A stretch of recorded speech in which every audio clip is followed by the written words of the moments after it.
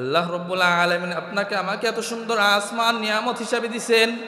এই আসমানকে যখন জিজ্ঞেস করে, আসমান তুমি কি আমার আমানত নিবা নাকি? এত বড় আসমান আল্লাহ তাআলাকে বলে, মালিক তোমার আমানত এত দামি আমানত, তোমার আমানত এত ভারী আমানত, তোমার আমানত এত আজমতওয়ালা আমানত, যে আমানত নেওয়ার মতো ক্ষমতা আমার আসমানের নাই।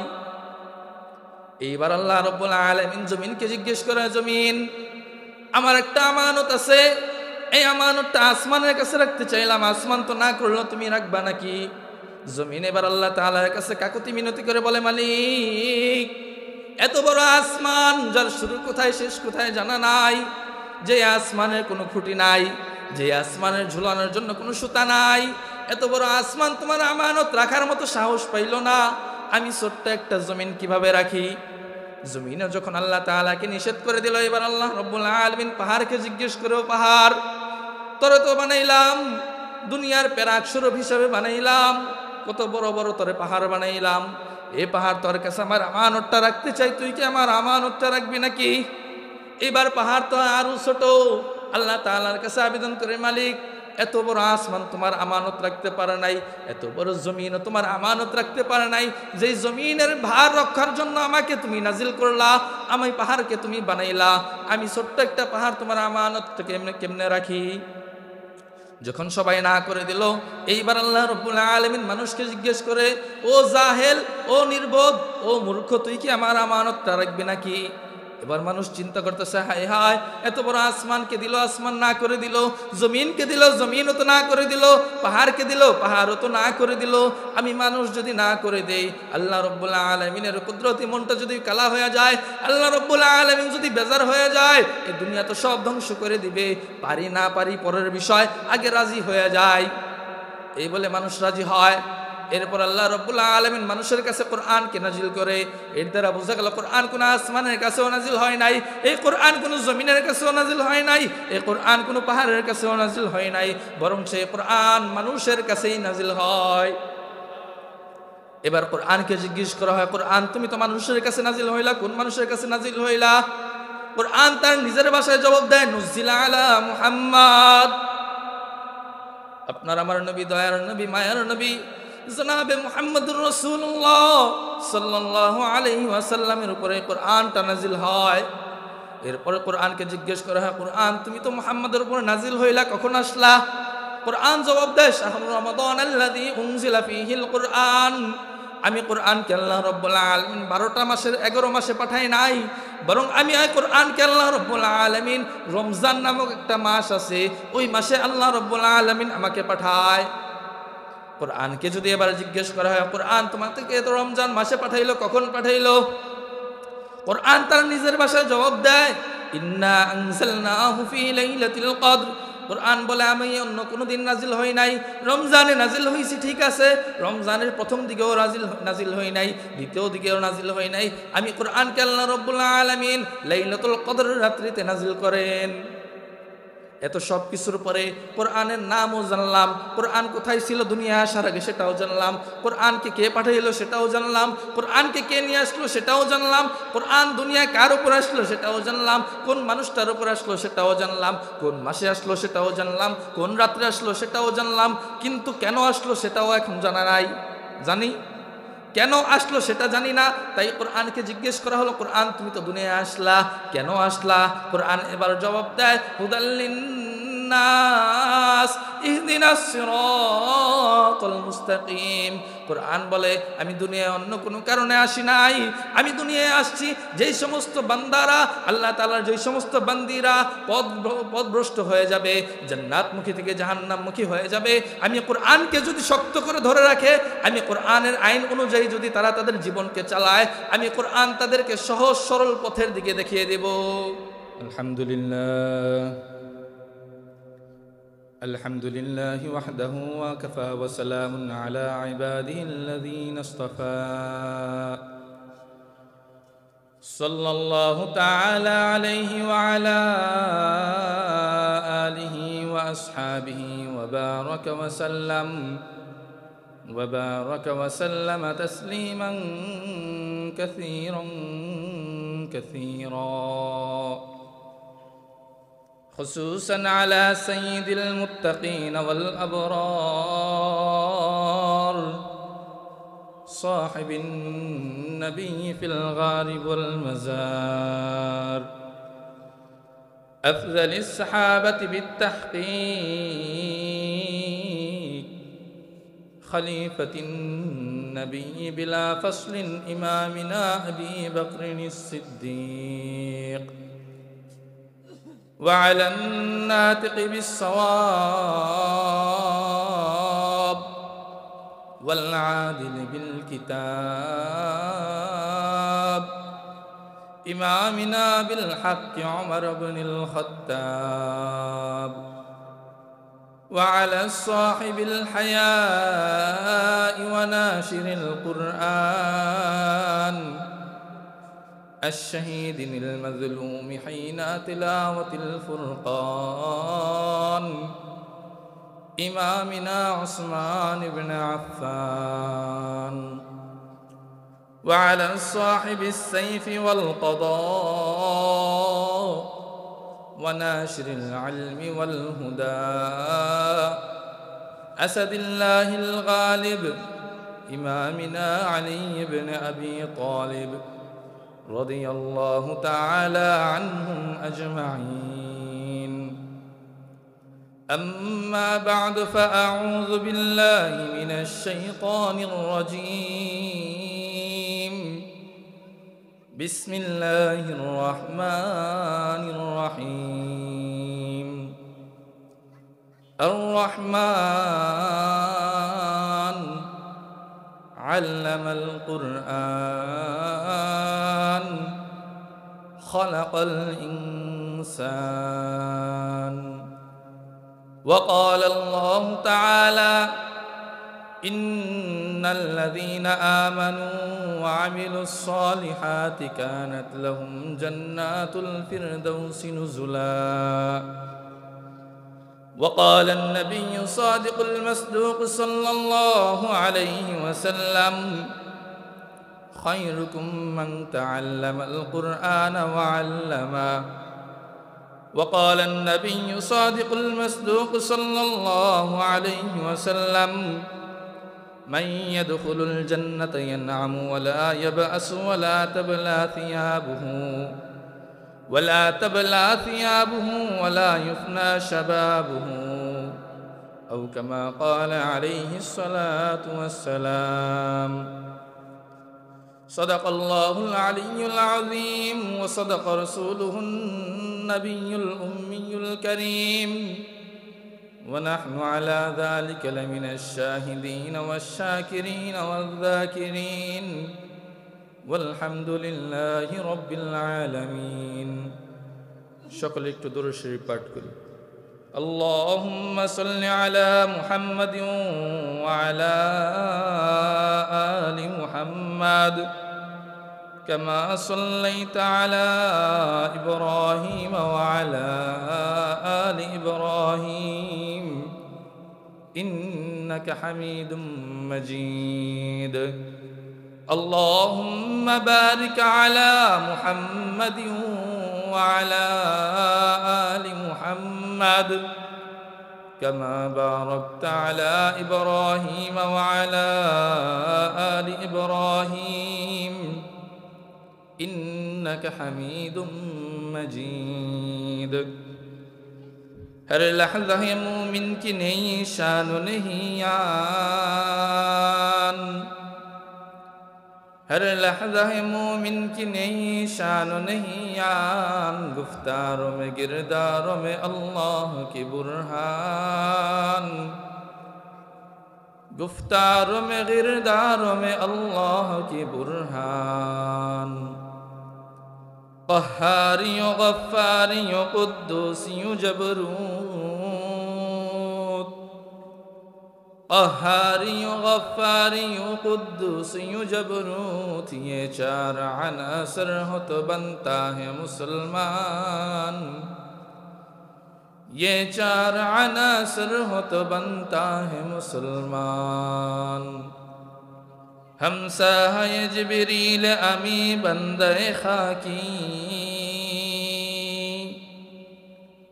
हमसा है जिब्रील अमी बंदे खाकी है उसका नशीमन न बुखारा न बदख्शा है उसका नशीमन न बुखारा न बदख्शा ये राज किसी को नहीं मालूम के मूमिन ये राज किसी को नहीं मालूम के मूमिन कारी नजर आता है हकीकत में है कुरान कारी नजर आता है हकीकत में है कुरान ला इलाहा इल्लल्लाह ला इलाहा इल्लल्लाह ला इलाहा इल्लल्लाह ला इलाहा इल्लल्लाह मुहम्मदुर रसूलुल्लाह सल्लल्लाहु अलैहि वसल्लम। জান্নাতুল ফেরদৌস বালিকা মাদ্রাসার উদ্যোগে ষষ্ঠ বার্ষিকী ওয়াজ মাহফিল ও হালকা জিকিরের প্রধান বক্তা, প্রধান মেহমান এবং আমন্ত্রিত অন্যান্য ওলামায়ে কেরাম, সম্মানিত সভাপতি সাহেব, সিরাতাজ সমতুল্য সম্মানিত আসাতিজায়ে কেরাম, আশিকিন, জাকিরিন, শাকিরিন, মুহিব্বিন, মুআজ্জাজ, মুহতারাম হাজিরিন, দাড়ি পাকা মুরব্বিয়ান আজম, স্নেহের ছোট বন্ধুরা, সমবয়সী ভাইয়েরা, পর্দার আড়ালে আবেদা জাহেদা সম্মানিতা মা ও বোনেরা, সর্বপ্রথম এই মহান রব্বুল আলামিনের দরবারে লাখো কোটি শুকর এবং সুজুদ আদায় করি যে আল্লাহ রব্বুল আলামিন আপনাকে আমাকে এই শীতের রাত্রে দুনিয়ার সমস্ত কাজকর্ম থেকে বিরত রেখে আরামকে হারাম মনে করে এই জান্নাতি বাগানে, জান্নাতি মজমায় আসবার মতো, বসবার মতো, কিছু কথা বলবার এবং শুনবার মতো তৌফিক দান করেছেন। সকলে বলি না আলহামদুলিল্লাহ। এবং এখনো যারা আসতে পারেনি আল্লাহ রব্বুল আলামিন যেন তাদেরকে এই পর্যন্ত আনান, সেই জন্য দোয়া করি আল্লাহ তার যেন কবুল করে, বলি না আমিন। মেরে মোহতারাম ভাই ও দোস্ত বুজুর্গ, এই জায়গাটা, এই স্থানটা খুব দামি একটা স্থান, খুব সম্মানিত একটা জায়গা। এটা আমরা দেখতে পারি কাপড় দিয়ে চারদিকে সামিয়ানা দিছে, শুধু কাপড়ের সামিয়ানা না, এখানে এমন একটা জায়গা, এমন একটা মজমা, যে মজমাকে আল্লাহ রসুল সাল্লাল্লাহু আলাইহি ওয়াসাল্লাম বলেছেন এটা জান্নাতি একটা মজমা।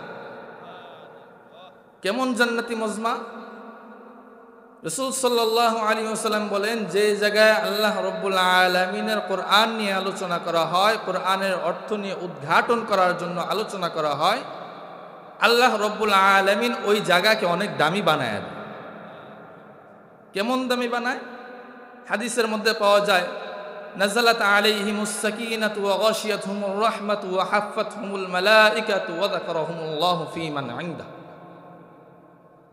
আল্লাহ রব্বুল আলামিন যে সমস্ত জায়গার মধ্যে আল্লাহ রব্বুল আলামিনের আলোচনা করে, আল্লাহ রব্বুল আলামিন ওই জায়গায় রহমতের সাকিনা বর্ষণ করতে থাকেন। শুধু কি তাই? বলে না। রাসূল সাল্লাল্লাহু আলাইহি ওয়াসাল্লাম বলেন, আল্লাহ রব্বুল আলামিন শুধু রহমতের সাকিনাই বর্ষণ করেন না, বরঞ্চ জান্নাত থেকে জান্নাতি রহমতের ফেরেশতা যারা আছে তাদেরকে বলে চতুর্দিক থেকে তোমরা ঘেরাও করে রাখো। এমনকি আল্লাহ রব্বুল আলামিন নিজে রহমতের চাদর দিয়ে চতুর্দিক দিয়ে ঘেরাও করে রাখেন। শুধু কি এইটুকুই? এই পর্যন্ত তো শেষ না, বরঞ্চ আল্লাহ রব্বুল আলামিন আরশে আজিমে বসে ফেরেশতাদেরকে নিয়ে এই সমস্ত বান্দা এবং বান্দীদেরকে নিয়ে আলোচনা করতে থাকে। এত দামি বানানোর কারণ কি? এত দামি বানানোর কারণ একটাই, এখানে কোরআনের আলোচনা হয়, হাদিসের আলোচনা হয়, শুধুমাত্র এই কারণে। কোরআন কত দামি জিনিস, যার কারণে আল্লাহ রব্বুল আলামিন তার এই গুনাহগার বান্দাদেরকে নিয়ে আলোচনা করে। কত সম্মানিত একটা জিনিস। এই বিষয়টা কোরআনের আজমত, কোরআনের বরত্ব, কোরআনের মহত্ব যদি বুঝতে হয়, তার আগে আমাদের কোরআনের পরিচয় জানা দরকার, আছে না নাই? কোরআনের আজমত, বরত্ব, মহত্ব জানার আগে কোরআনের পরিচয় আমাদের জন্য জানা আবশ্যক, জানা দরকার। কারণ একটা মানুষের বরত্ব জানার আগে মানুষের পরিচয় জানাটা অতি গুরুত্বপূর্ণ। তো মানুষের পরিচয় জানার জন্য আমরা কি জিজ্ঞেস করি? সর্বপ্রথম তো নামই জিজ্ঞেস করি, তাই না? তো কোরআনকে ওইভাবেই যদি জিজ্ঞেস করা হয়, কোরআন তোমার নাম কি? কোরআন তার নিজের ভাষায় জবাব দেয়, বাল হুয়া কুরআনুম মাজিদ। দুনিয়ার মানুষেরা শুনে রাখো, আমি কোরআন, আমার নাম আল্লাহ রাব্বুল আলামিন কোরআন মাজিদ দিয়ে দিয়েছেন। দ্বিতীয়ত যদি জিজ্ঞেস করা হয়, কোরআন তুমি দুনিয়ায় আসার আগে কোথায় ছিলে? কোরআন এবার নিজের ভাষায় জবাব দেয়, ফি লাউহিম মাহফুজ। এরপর যদি জিজ্ঞেস করা হয়, কোরআন তোমাকে দুনিয়ায় কে পাঠাইলো? কোরআন তার নিজের ভাষায় জবাব দেয়, তানজিলুম মির রাব্বিল আলামিন। কোরআনকে যদি জিজ্ঞেস করা হয়, কোরআন তোমাকে দুনিয়ায় কে নিয়ে আসলো? কোরআন এইবার তার নিজের ভাষায় জবাব দেয়, নাযালা বিহি রূহুল আমিন। কোরআনকে যদি জিজ্ঞেস করা হয়, কোরআন তুমি দুনিয়ায় আসলে কোথায় আসলে? আসমানে নাকি জমিনে নাকি পাহাড়ের কাছে, না মানুষের কাছে আসলে? কার কাছে আসলে আমরা তো জানি না। কোরআন এবার জবাব দেয়, ইন্না আরাদনাল আমানাতা আলাস সামাওয়াতি ওয়াল আরদি ওয়াল জিবাল فأبينا أن يحملنها وأشفقن منها وحملها الإنسان إنه كان ظلوما جهولا। এই কোরআন এত দামি কোরআন, এত তাকাতওয়ালা কোরআন, এই কোরআনের আজমত, এত বরত্ব। আল্লাহ রাব্বুল আলামিন সর্বপ্রথমে কোরআনকে আসমানের কাছে নাজিল করতে চাইলেন। আসমানকে ডাক দিয়ে জিজ্ঞেস করে, আসমান তোমার কাছে আমার আমানতটা রাখতে চাই, তুমি কি আমার আমানত রাখবা নাকি? আসমান আল্লাহ তাআলাকে জবাব দেয়, মালিক তোমার আমানত এত দামি আমানত, তোমার আমানত এত ভারী আমানত, তোমার আমানত এত আজমতওয়ালা আমানত, যে আমানত বহন করার মতো ক্ষমতা আমি আল্লাহ আমার আসমানের নাই। অথচ আসমান কেমন আসমান! হাদিসের মধ্যে পাওয়া যায়, সাহাবারা রাসূল সাল্লাল্লাহু আলাইহি ওয়াসাল্লামকে জিজ্ঞেস করছে, রাসূল করিম আসমান কেমন? আসমানের মোটা কত? আসমানের বরত্ব কত? আসমান কয়টা? রাসূল সাল্লাল্লাহু আলাইহি ওয়াসাল্লাম সাহাবাদেরকে বলেন, এক একটা আসমান এত মোটা, জমিন থেকে আসমান পর্যন্ত যত দূরত্ব, এক একটা আসমানের মোটা আল্লাহ রাব্বুল আলামিন এমন করে দিয়েছেন। এই দুনিয়া থেকে আসমান পর্যন্ত কতটা দূরত্ব?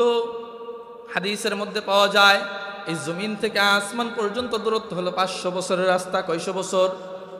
500 বছরের রাস্তা। দুনিয়া থেকে যদি আসমান পর্যন্ত 500 বছরের রাস্তা হয়, এক একটা আসমান আল্লাহ রাব্বুল আলামিন 500 বছরের রাস্তার সমান মোটা বানাইয়া দিছেন। শুধু এইভাবে কি একটাই আসমান রাখছেন? বলে না, আল্লাহ রাব্বুল আলামিন তার বান্দার নিয়ামতের জন্য, তার বান্দার সহজতার জন্য আল্লাহ রাব্বুল আলামিন 7টা আসমান বানাইয়া রাখছেন। আলহামদুলিমান কদ্দারা খায়রান ওয়া খাবালা, আলহামদুলিমান কদ্দারা খায়রান ওয়া খাবালা, ওয়া শুকরু লিমান সাওয়ারা হুসনান ওয়া জামালা, والشكر لمن صور حسنا وجمالا، فرد صمد عن صفة الخلق بري،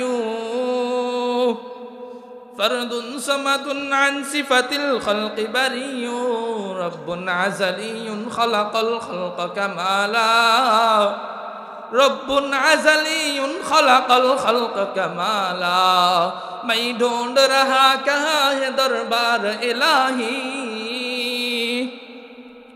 मैं ढूंढ रहा कहाँ है दरबार इलाही, मोहब्बत में तेरा दम बदम रखना है मौला, मोहब्बत में तेरा दम बदम रखना है मौला, मोहब्बत में तेरा दम बदम रखना है मौला, तेरा नाम में जीना हो तेरा नाम में मरना, तेरा नाम में जीना हो तेरे नाम में मरना, हमें तो दोस्त बना ले, हमें तो मस्ती बना दे, हमें तो दोस्त बना ले, हमें तो मस्ती बना दे, हमें तो यार बना ले, हमें तो प्यार बना दे, हमें तो यार बना ले, हमें तो प्यार बना दे। तो खुदावंद यमीनी तो खुदावंद शिमाली, तो खुदावंद समावी तो खुदावंद अरादी, तो खुदा मालिक फिरदौस खुदा खालिक तू नार, तो खुदा मालिक फिरदौस खुदा खालिक तू नार। तू नफरमानो के रहमान गुनाहगारों के गफ्फार, तू नफरमानो के रहमान गुनाहगारों के गफ्फार। একটু চিল্লায় বলেন আল্লাহু আকবার। আল্লাহ রব্বুল আলামিন আপনাকে আমাকে এত সুন্দর আসমান নিয়ামত হিসাবে দিয়েছেন। এই আসমানকে যখন জিজ্ঞেস করে আসমান তুমি কি আমার আমানত নিবা নাকি, এত বড় আসমান আল্লাহ তাআলাকে বলে মালিক তোমার আমানত এত দামি আমানত, তোমার আমানত এত ভারী আমানত, তোমার আমানত এত আজমতওয়ালা আমানত যে আমানত নেওয়ার মতো ক্ষমতা আমার আসমানের নাই। এইবার আল্লাহ রব্বুল আলামিন জমিনকে জিজ্ঞেস করে জমিন আমার একটা আমানত আছে, এই আমানতটা আসমানের কাছে রাখতে চাইলাম, আসমান তো না করলো, তুমি রাখবা নাকি? জমিন এবার আল্লাহ তাআলার কাছে কাকুতি মিনতি করে বলে মালিক এত বড় আসমান যার শুরু কোথায় শেষ কোথায় জানা নাই, যে আসমানের কোনো খুঁটি নাই, যে আসমানের ঝুলানোর জন্য কোনো সুতা নাই, এত বড় আসমান তোমার আমানত রাখার মতো সাহস পাইল না, আমি ছোট্ট একটা জমিন কিভাবে রাখি?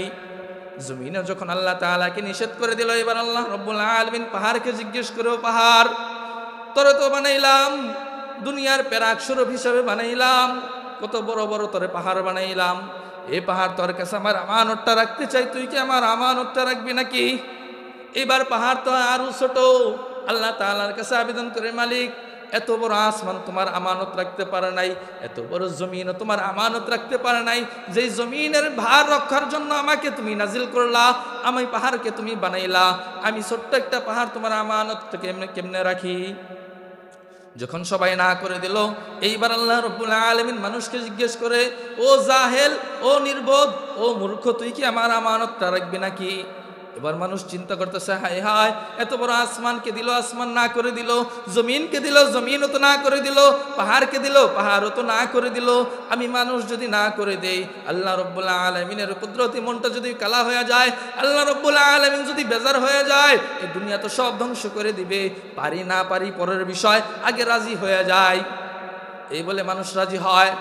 এরপর আল্লাহ রব্বুল আলামিন মানুষের কাছে কোরআনকে নাজিল করে। এর দ্বারা বোঝা গেল কোরআন কোন আসমানের কাছেও নাজিল হয় নাই, এই কোরআন কোন জমিনের কাছেও নাজিল হয় নাই, এই কোরআন কোন পাহাড়ের কাছেও নাজিল হয় নাই, বরং সেই কোরআন মানুষের কাছেই নাজিল হয়। এবার কোরআনকে জিজ্ঞেস করা হয় কোরআন তুমি তো মানুষের কাছে নাজিল হইলা, কোন মানুষের কাছে নাজিল হইলা? কোরআন তার নিজের ভাষায় জবাব দেয় নুজিলা আলা মুহাম্মদ, আপনার আমার নবী, দয়ার নবী, মায়ার নবী জনাবে মুহাম্মদুর রাসূলুল্লাহ সাল্লাল্লাহু আলাইহি ওয়াসাল্লামের উপরে কোরআনটা নাজিল হয়। এরপরে কোরআনকে জিজ্ঞেস করা হয় কোরআন তুমি তো মুহাম্মদের উপরে নাজিল হইলা, কখন আসলা?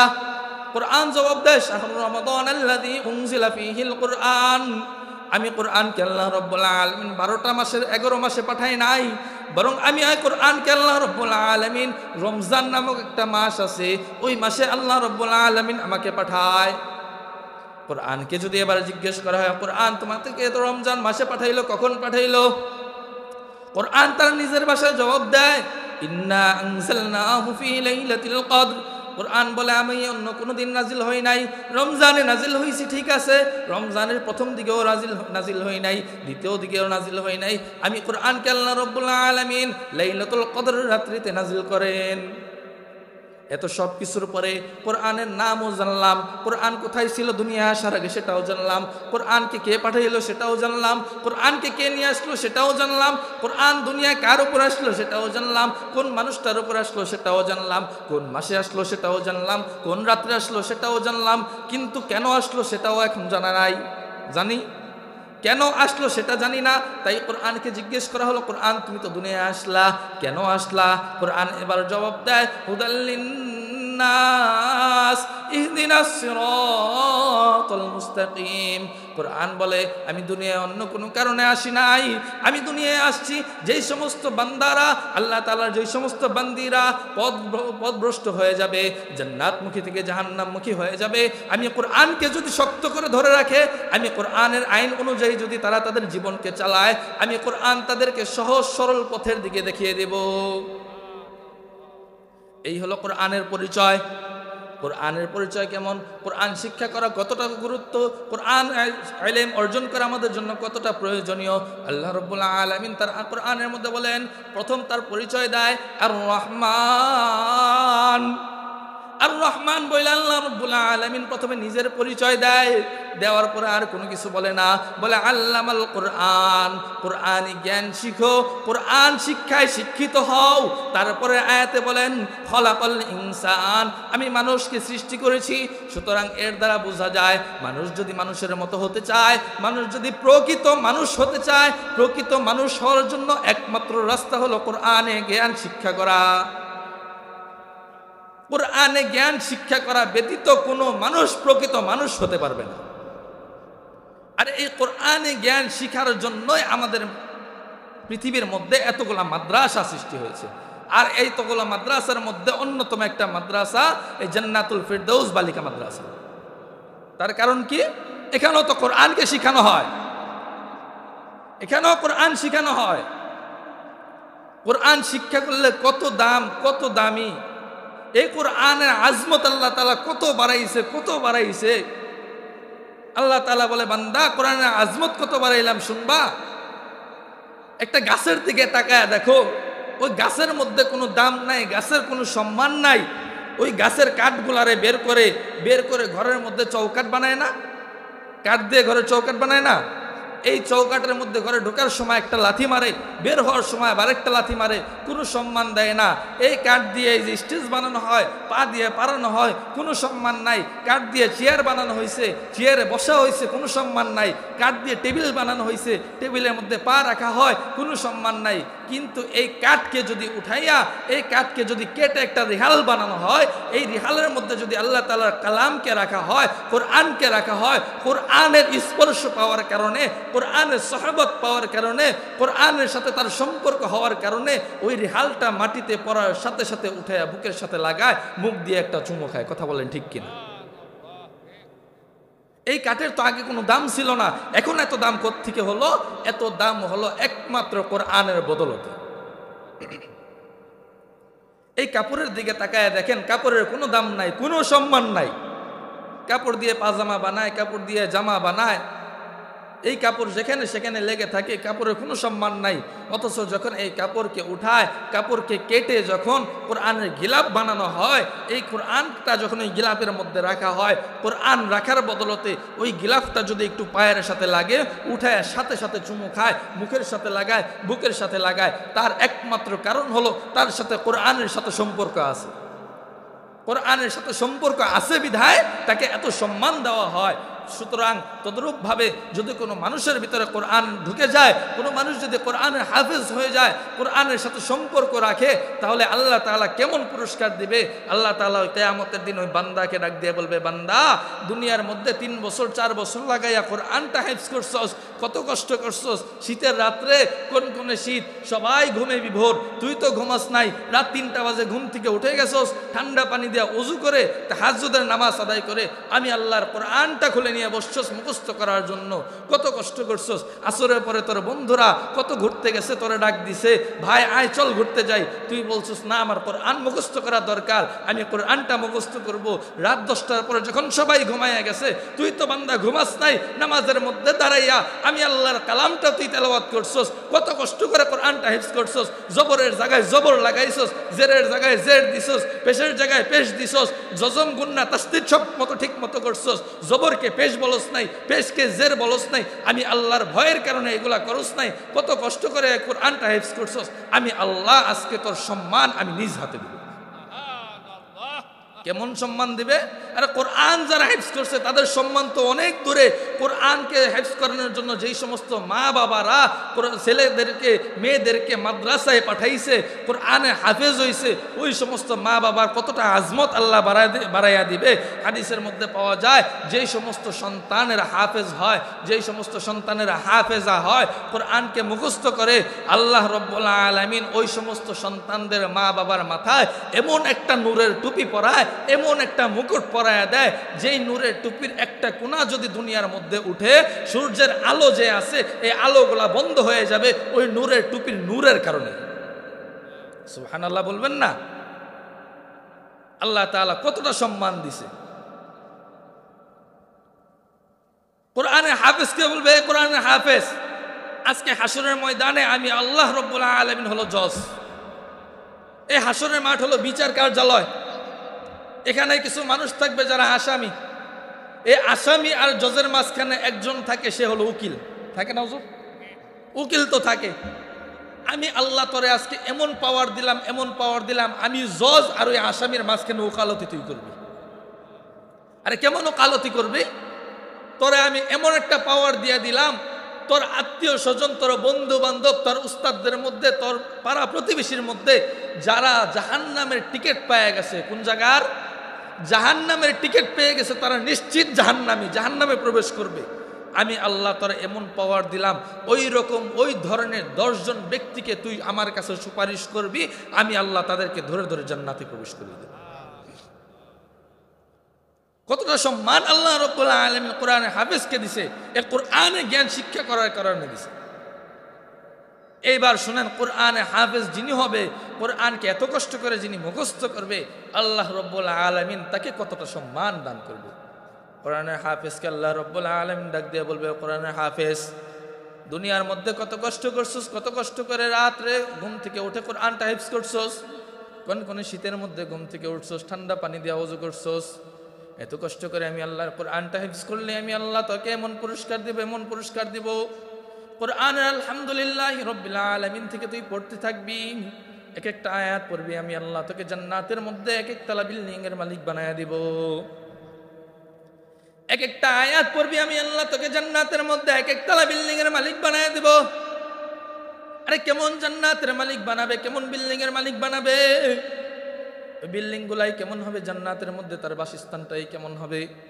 হযরত আবু হুরায়রা রাদিয়াল্লাহু তাআলা আনহু রাসূল সাল্লাল্লাহু আলাইহি ওয়াসাল্লামকে জিজ্ঞেস করলেন, ইয়া রাসূলুল্লাহ, জান্নাতের ঘরগুলা কেমন হবে, জান্নাতের বিল্ডিং গুলা কেমন হবে, জান্নাতের বিল্ডিং এর ইটগুলা কেমন হবে, জান্নাতে ইটের মশলাগুলা কেমন হবে, জান্নাতের মধ্যে যে কঙ্করগুলা থাকবে কঙ্করগুলা কেমন হবে, জান্নাতে মাটিগুলা কেমন হবে? রাসূল সাল্লাল্লাহু আলাইহি ওয়াসাল্লাম আবু হুরায়রাকে ডাক দিয়া বলে, ও আবু হুরায়রা, যেই সমস্ত বান্দারা জান্নাতের মধ্যে প্রবেশ করবে, যেই সমস্ত বান্দারা জান্নাতের মধ্যে থাকবে, তাদের জন্য যে বিল্ডিং গুলা বানানো হবে, যেই ঘরগুলা বানানো হবে, ওই ঘরের এক একটা ইট হবে স্বর্ণের, এক একটা ইট আল্লাহ রাব্বুল আলামিন রূপা দিয়া বানাইয়া দিবে। সুবহানাল্লাহ কইবেন না?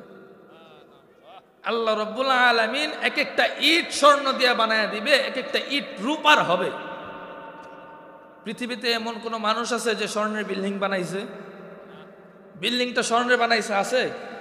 স্বর্ণের চামচ বানাইছে, স্বর্ণের বাটি বানাইছে, স্বর্ণের গ্লাস বানাইছে, প্লেট বানাইছে, কিন্তু স্বর্ণ দিয়া যে বিল্ডিং বানাইছে এমন নজির পৃথিবীতে নাই।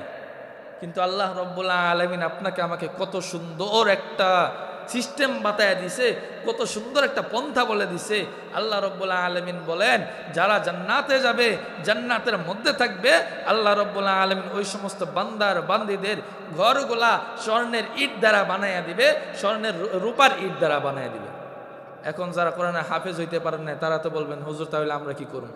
তা থেকে শুরু করবে, পড়তে থাকবে, এক একতলা বিল্ডিং এর মালিক হবে, স্বর্ণের বিল্ডিং পাইবে, আমরা কি করবো? দাড়ি পাকা মুরব্বীরা আছে, কইব, হুজুর আমরা তো পড়ালেখা করি নাই, বাপ মা পড়ায় নাই, এখন আমরা কি করবো? আল্লাহ তাআলা এক আয়াতের মধ্যে একটা সুসংবাদ দিছে। এক আয়াতের মধ্যে সুসংবাদ দেয়। আল্লাহ তাআলা বলে, ইন্নাল্লাযীনা আমানু ওয়া আমিলুস সালিহাতি কানাত লাহুম জান্নাতুল ফিরদাউসি নুজুলা। ইন্নাল্লাযীনা আমানু ওয়া আমিলুস সালিহাতি কানাত লাহুম জান্নাতুল ফিরদাউসি নুজুলা। যারা ঈমানদার এবং যারা নেক কাজ করে, যারা ইমানদার আর কি করে, ইমানদার আর যারা নেক কাজ করে, আল্লাহ রাব্বুল আলামিন ওই সমস্ত বান্দা আর বান্দীদের জন্য সুসংবাদ রাখছেন। কি সুসংবাদ? কি সুসংবাদ? আল্লাহ রাব্বুল আলামিন ওই সমস্ত বান্দা আর বান্দীদের জন্য জান্নাতুল ফিরদাউস তৈরি করে রাখছেন। জান্নাতুল ফিরদাউস তৈরি করে রাখছেন। আল্লাহ তাআলা বলে, বান্দা তোর আমি দুইটা অপশন দিলাম, এই দুইটা অপশন তুই মানে ইন্নাল্লাযীনা আমানু, তুই ইমানদার হয়ে যা এবং নেক কাজ কর, আমি আল্লাহ তোকে জান্নাত দিয়ে দেব। এই জান্নাতি বিল্ডিং এর ইটগুলা কিসের হবে? স্বর্ণের আর রূপার। দুনিয়ার বিল্ডিং এর ইট আছে না, ইটের মধ্যে তো মশলা দেয়। মশলা কি দেওয়া হয়? সিমেন্ট দেয়, বালু দেয়, পানি দেয়, এই দিয়ে তো ইটের মশলা হয়। কিন্তু জান্নাতি ইটের মশলা কেমন হবে? রাসূল সাল্লাল্লাহু আলাইহি ওয়াসাল্লাম আবু হুরায়রাকে বলে, ও আবু হুরায়রা, জান্নাতি ইটের মশলা কোনো সিমেন্ট বালি আর পানি হবে না, বরঞ্চ জান্নাতি ইটের মশলা হবে মেশকে আম্বর দিয়া। দুনিয়ার মধ্যে যে কঙ্কর গুলা থাকে, এই কঙ্কর গুলার তো কোনো দাম থাকে না। এই কঙ্কর গুলার দিয়ে আমরা কুকুর তাড়াই, কঙ্কর গুলার দিয়ে দুষ্ট পোলা মানে এই পাগলকে ঢিল মারে, কোনো দাম আছে? কোনো সম্মান নাই। কিন্তু জান্নাতের মধ্যে যে কঙ্কর গুলা থাকবে, এই কঙ্কর গুলাও বেহুদা না। কঙ্কর গুলাও আল্লাহ তাআলা সামান্য কোনো জিনিস দিয়ে বানায় নাই, বরং এই জান্নাতি কঙ্কর গুলা বানাইছে মনি আর মুক্তা দিয়া। জান্নাতের মধ্যে যে মাটিগুলা থাকবে, এই মাটিগুলা আল্লাহ কি দিয়া বানাইছে?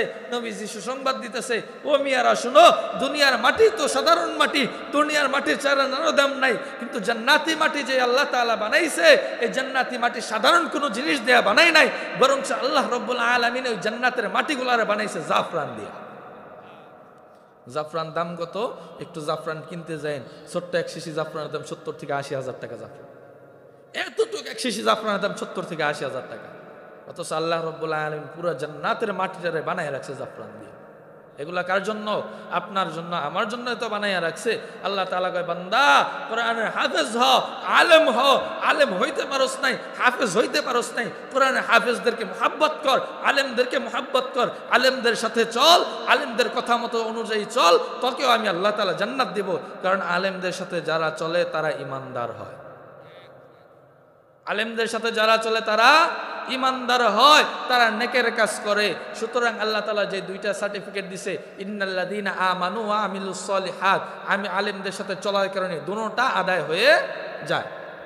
আজকে আমরা আলেমদের সাথে চলতে চাই না, আলেমদের সাথে চলতে চাই না, আলেমদের মুহাব্বত করতে চাই না, কোরআনের হাফেজদের মুহাব্বত করতে চাই না। ও মিয়া, তুমি কোরআনের হাফেজদের মুহাব্বত করো আর না করো, কোরআনের হাফেজরে তুমি সম্মান দাও আর না দাও, কোরআনের হাফেজের দাম তোমার কাছে থাকবা না থাক, আল্লাহ রাব্বুল আলামিনের কাছে হাজার হাজার গুণ বেশি দাম আছে। তোমার দাম চাইরা নেওয়ার দরকার নাই। যেখানে আল্লাহ রাব্বুল আলামিন তার নিজ বান্দাকে নিজ হাতে পুরস্কার দিবে, সেখানে কোরআনের হাফেজের কোনো কমতি আছে?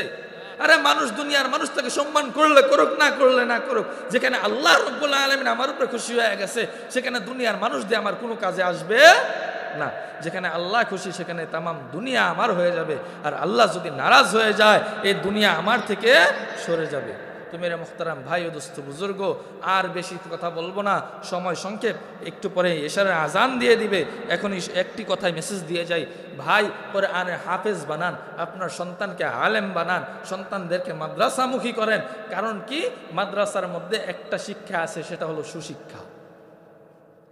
মাদ্রাসার মধ্যে কি আছে? সুশিক্ষা আছে। উস্তাদে মুহতারাম হযরত মাওলানা মুফতি নোমান কাসিমি দামাত বারকাতুহুল আলী একটা কথা বলছিলেন, শিক্ষা 3 রকমের। কয় রকম? 3 রকম। সুশিক্ষা, শিক্ষা আর কুশিক্ষা। সুশিক্ষা, শিক্ষা আর কুশিক্ষা দুইটা আছে স্কুল কলেজ ভার্সিটির মধ্যে, একটা আছে মাদ্রাসা। দুইটার মধ্যে একটা স্থগিত হয়ে গেছে, আরেকটা আছে। শিক্ষা আর কুশিক্ষা হলো স্কুল কলেজ মাদ্রাসার মধ্যে, আর সুশিক্ষা হলো মাদ্রাসায়। শিক্ষা আর কুশিক্ষা হলো স্কুল কলেজ ভার্সিটির মধ্যে, আর সুশিক্ষা হলো কওমি মাদ্রাসার মধ্যে। তার প্রমাণ যদি চান, প্রমাণ দিয়ে দিব ইনশাআল্লাহ। কিভাবে?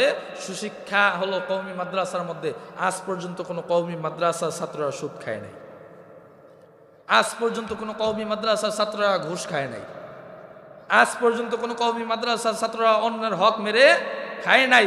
অথচ স্কুল কলেজ থেকে যারা বড় বড় ডিগ্রি নিয়ে আসে, তারা কলমের খুসা দেয় আর ঘুষ নেয়, কলমের খুসা দেয় আর ঘুষ নেয়, কলমের খোসা দেয় আর সুদ খায়। আরে ভাই, শুধু সুদই খায় না, ঢাকা বিশ্ববিদ্যালয়ের মতো একটা জায়গা জিনা করে 100 নারীর সাথে জিনা করে মিষ্টি বিতরণ করে। এটাকে যদি আপনি শিক্ষা বলেন তাহলে আপনার মাথার মধ্যে সমস্যা আছে। এটা শিক্ষা হতে পারে না, বরঞ্চ এটা হলো কুশিক্ষা। আপনার সন্তানকে আপনি কুশিক্ষায় শিক্ষায়িত করবেন না সুশিক্ষায় শিক্ষায়িত করবেন, এটা আপনার দায়িত্ব।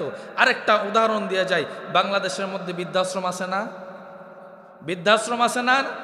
আছে। বৃদ্ধাশ্রমে অনেক বৃদ্ধাশ্রম আছে। বৃদ্ধাশ্রমগুলোর মধ্যে যাবেন, যে দাড়ি পাকা মুরব্বীদেরকে জিজ্ঞেস করবেন, ও বাবা আপনার কি সন্তান নাই? মা আপনার কি সন্তান নাই? বলবো হ্যাঁ, আমার ছেলে তো ডাক্তার, আমার ছেলে তো ইঞ্জিনিয়ার, আমার ছেলে তো ব্যারিস্টার। বলবেন তাহলে আপনি এখানে কেন? তখন ছেলে মেয়ে বলবে, বৃদ্ধা বাবা মা বলবে, ছেলেদের কাছে আমি বোঝা হয়ে গেছি। কি হয়ে গেছি? বোঝা হয়ে গেছি। সন্তান আমাকে এখন রাখতে চায় না, তার স্ত্রীর সাথে সে থাকতে চায়, এই জন্য আমাকে বৃদ্ধাশ্রমে দিয়ে দিয়েছে। অথচ ওই বৃদ্ধাশ্রমে খুঁজে দেখবেন, একজন আলেমের মা যদি পান, আপনার জুতা আমার গাল। একজন আলেমের মা যদি বৃদ্ধাশ্রমে পান, আপনার জুতা আমার গাল। চ্যালেঞ্জ করে গেলাম ইনশাআল্লাহ, ক্যামেরার সামনে চ্যালেঞ্জ করে গেলাম, একজন আলেমের মা যদি বৃদ্ধাশ্রমে পান, আপনার জুতা দিয়ে আপনি পিটাতে দেখবেন, আমার গালকে আপনার কাছে পেতে দিবেন ইনশাআল্লাহ। সুতরাং বোঝা গেল, আলেম যারা হয় তাদের বাপ মারেও তারা কখনো কষ্ট দেয় না। আলেম যারা হয় তারা মুরব্বীদের সাথে কখনো বেয়াদবি করে না। আলেম যারা হয় তারা বড়দের সম্মান করে, ছোটদেরকে স্নেহ করে। আর যারা গায়রা আলেম, তারা দেখবেন মুরব্বীদের সাথে বেয়াদবি করে। কেমন বেয়াদবি করে? অনেক নজির আছে। স্কুল কলেজ ভার্সিটির পোলাপান মুরব্বীদের দাড়ি ধরে, দাড়ির মধ্যে হাত দেয়। আরে তোমার বাবার বয়সী উনি, তুমি তার দাড়ির মধ্যে হাত দেওয়ার সাহস কই থেকে পাইলা? সাহস কই থেকে পাইছি? ওই স্কুল কলেজ ভার্সিটির মধ্যে থেকে পাইছি। মেরে মোহতারাম ভাই ও দোস্ত বুজুর্গ, আশেপাশে আজান হচ্ছে, আর কথা বলবো না। সুতরাং একটা মেসেজই আপনাদের কাছে বলে যাই, আপনার সন্তানদেরকে আলেম বানান, কোরআনের হাফেজ বানান। আরে ভাই, আপনার সন্তান কোরআনের হাফেজ হওয়ার কারণে যদি আপনার মাথার মধ্যে স্বর্ণের নূরের মুকুট পরানো হয়, এর থেকে আর কিছু আছে? এই বলে আমি আমার সংক্ষিপ্ত বক্তব্য শেষ করছি। ওয়া আখিরি দাওয়ানা আলহামদুলিল্লাহি রাব্বিল আলামিন।